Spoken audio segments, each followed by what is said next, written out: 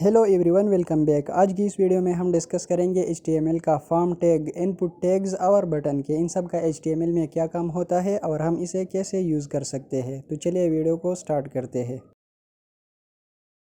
सबसे पहले आता है form tag. Form tag user के इनपुट्स को होल्ड कर देता है। फॉर एग्जांपल यूज़र का इनपुट टाइप ईमेल हो गया या पासवर्ड, टेक्स्ट जो भी होता है यूज़र एंटर कर देता है, उसे होल्ड कर देता है। और फिर जावास्क्रिप्ट की मदद से हम जो यूज़र का इनपुट डेटा होता है उसे डेटाबेस में स्टोर करते हैं या डेटाबेस को भेजते हैं कि ये डेटा सही है या गलत। अगर फॉर्म के अंदर इनपुट डेटा जो है फॉर एग्जांपल ईमेल या पासवर्ड यूज़र ने उसे करेक्ट दे दिया तो पेज पर लॉगिन होगा। अगर उसने इनकरेक्ट दिया तो उसे एरर मैसेज डिस्प्ले होगा। अब इसके बाद आते हैं इनपुट टैग्स। HTML में इनपुट टैग्स के डिफरेंट टाइप्स होते हैं। चलिए वीडियो में डिस्कस कर लेते हैं। अब यहाँ फॉर्म के अंदर मैं एक इनपुट लेता हूँ और उसका जो टाइप है उसे ईमेल सेट कर देता हूँ। टाइप एक एट्रीब्यूट है, उसमें हमने ईमेल की वैल्यू ऐड कर दी। ब्राउज़र पर दिख रहा है आपको कि इनपुट ऐड हो गया है ईमेल का। मैं इसको कॉपी कर देता हूँ और इसका जो टाइप है उसमें पासवर्ड लिख देता हूँ। एक ईमेल हो गया और एक पासवर्ड। अभी ये दोनों एक लाइन में डिस्प्ले हो रहे हैं तो HTML में हम इसके लिए BR टैग का यूज़ कर सकते हैं जो लाइन में ब्रेक को ऐड करेगा। दूसरे लाइन में पासवर्ड आ जाएगा। मैं यहाँ से इसको कॉपी कर देता हूँ नेक्स्ट टाइम के लिए। अब दोनों लाइंस में BR टैग की मदद से ब्रेक आ गया। फिर यहाँ ईमेल और पासवर्ड के बाद मैं एक और इनपुट टैग ऐड करूँगा और उसका टाइप सेट करूँगा मैं टेक्स्ट। यूज़र यहाँ पर टेक्स्ट भी इनपुट कर सकता है। टेक्स्ट भी डिस्प्ले हो गया ब्राउज़र पर। अब हमने यहाँ ब्राउज़र पर ईमेल, पासवर्ड और टेक्स्ट का जो इनपुट फील्ड है उसे डिस्प्ले कर दिया है, लेकिन इन सब का हमें पता है कि ईमेल कहाँ एंटर करना है, पासवर्ड और टेक्स्ट कहाँ एंटर करना है। तो यूज़र को कैसे पता चलेगा कि मुझे ये सब कहाँ कहाँ एंटर करना है? तो उसके लिए हम प्लेस होल्डर एट्रीब्यूट का इस्तेमाल करेंगे। अब यहाँ ईमेल का जो इनपुट फील्ड है मैं उसमें एक प्लेस होल्डर लगाता हूँ और उसमें लिखता हूँ एंटर ईमेल। और इसी तरह मैं सब इनपुट फील्ड्स जो है उसमें प्लेस होल्डर का एट्रीब्यूट लगाऊंगा। पासवर्ड में लिख देता हूँ एंटर पासवर्ड और टेक्स्ट में एंटर टेक्स्ट हियर।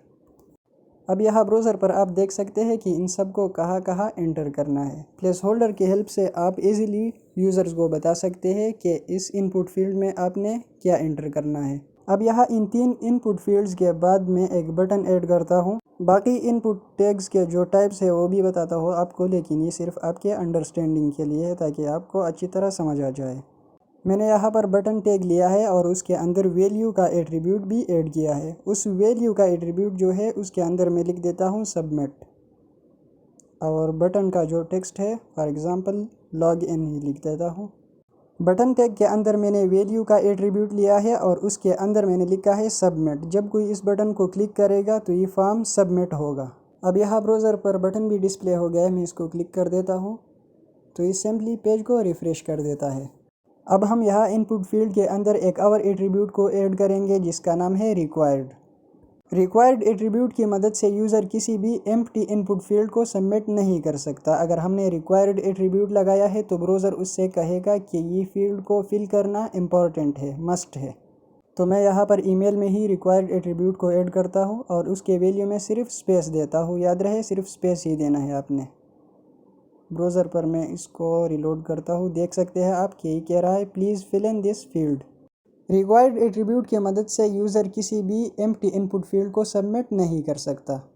अब हम इसके बाद बाकी के जो इनपुट टैग्स है उनको देखेंगे कि वो किस तरह काम करते हैं।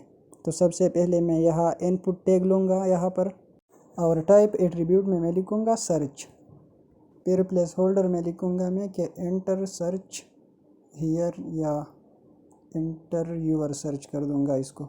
अब ब्राउज़र पर देख सकते हैं आप कि सर्च का जो फील्ड है वो डिस्प्ले हो गया है। इसके बाद मैं यहाँ पे ब्रेक ही ले देता हूँ और एक और इनपुट टैग ऐड करूँगा। यहाँ उसका टाइप में रखता हूँ नंबर।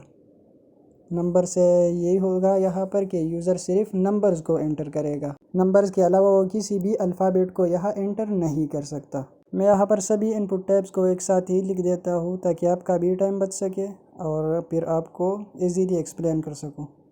अब मैंने यहाँ 2 इनपुट टाइप्स ली है और उन दोनों में ही मैंने चेकबॉक्स का वैल्यू लगाया है। एक के ऊपर मैंने लेबल लगाया है क्लास 8 का और दूसरे के ऊपर लगाया है क्लास 9 का।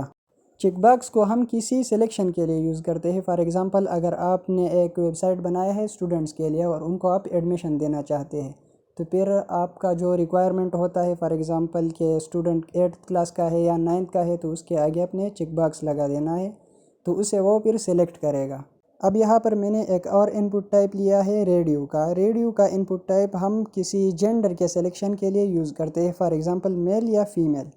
रेडियो का जो इनपुट टैग होता है उसमें अपने नेम का एट्रीब्यूट ज़रूर लगा देना है और उसमें फिर स्पेस देना है। तो अगर आपने ये नेम एट्रीब्यूट नहीं लगा दिया या इसमें स्पेस नहीं दिया तो फिर आपका दोनों ही सिलेक्ट होंगे। अगर आपने इसमें नेम एट्रीब्यूट लगा दिया और स्पेस दिया तो फिर सिर्फ एक ही सिलेक्ट होगा। फिर इसके बाद आता है इनपुट टाइप डेट। अगर यूज़र फॉर्म फिल करते वक्त इस पर क्लिक करेगा तो उसी दिन का डेट ही सिलेक्ट होगा। अगर आप यूज़र से स्पेसिफिक टाइम को सिलेक्ट करना चाहते हैं तो फिर आपको टाइप एट्रीब्यूट के अंदर टाइम लिखना पड़ेगा। अगर वीक को सिलेक्ट करना चाहते हैं तो फिर आपको टाइप के अंदर वीक लिखना पड़ेगा कि यूज़र ने किस टाइम आपका जो फॉर्म है उसको सबमिट किया है। ये जो इनपुट टैग के टाइप्स मैं बता रहा हूँ आपके वेबसाइट के लिए लाजिमी है। अगर आप इससे स्क्रीनशॉट लेते हैं तो स्क्रीनशॉट लीजिए, नहीं तो जूम भी कर सकते हैं। फिर एक और इनपुट टैग है जिसका टाइप है कलर। इसको फंक्शनलिटी देने के लिए आपको जावास्क्रिप्ट का यूज़ करना पड़ेगा। फिर यूज़र जो भी कलर को सिलेक्ट करेगा तो वो बॉडी का कलर भी चेंज कर सकता है या किसी भी एलिमेंट का कलर चेंज कर सकता है। यहाँ अब ये सिर्फ अपना जो कलर है उसे चेंज कर रहा है। फिर जावास्क्रिप्ट की हेल्प से आप किसी भी एलिमेंट का या जो डॉक्यूमेंट का बॉडी है उसका कलर भी चेंज कर सकते हैं इससे।